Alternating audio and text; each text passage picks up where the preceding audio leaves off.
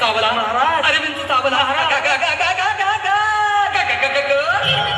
देवा रे देवा आता काय मी करू अरे विंचू चावला रे विंचू चावला रे विंचू चावला हो मनुष्य इंगळी अति दारुण हा म्हणजे अति दारुण.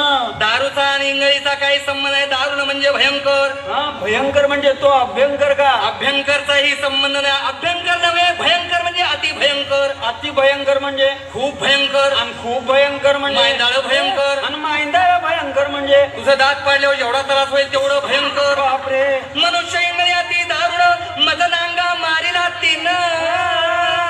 तिनं म्हणजे त्या खालच्या आळीतल्या गंगीनं. ए गंगीचा इथं काय संबंध मग त्या रंगीनं कोणाचाही संबंध नाही तिनं म्हणजे त्या इंगळीनं त्या इंगळीनं. महाराज इंगळी म्हणजे मोठा विंचू मोठा विंचू. अंदाजे केवढा विंचू? तुझ्या हो एवढा बा. मनुष्य इंगळी अति दारुण मदनांगा मारिला तिनं सर्वांगी वेदना जाण त्या इंगळीची. अरे विंचू चावला महाराज. अरे विंचू चावला देवा रे देवा आता काय मी करू आता कुठं मी जाऊ अरे विंचू चावला रे विंचू चावला रे विंचू चावला हो या विंचवाला उतारा उतारा गंडा दोरा दुपारती आरती पंचारती वाजंत्री संत्री मंत्री.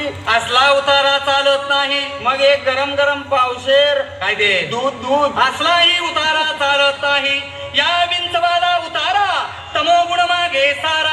तंबाखू आणि चुना खायचं माग सारा. हे तंबाखू चुन्याचं काय काम इथं तमोगुण म्हणजे काय काय? तमोगुण म्हणजे गर्भाला जर छातीचा फुगा फुगला असेल तर पिन लावून थोडीशी हवा कमी करा. मी मारतो पिन. या विंचवाला उतारा तमोगुण मागे सारा सत्वगुण लावा अंगारा आणि विंचू इंगळी उतरे झर झरा. अरे विंचू चावला महाराज. अरे विंचू चावला देवा रे देवा आता काय मी करू आता कुणाला सांगू अरे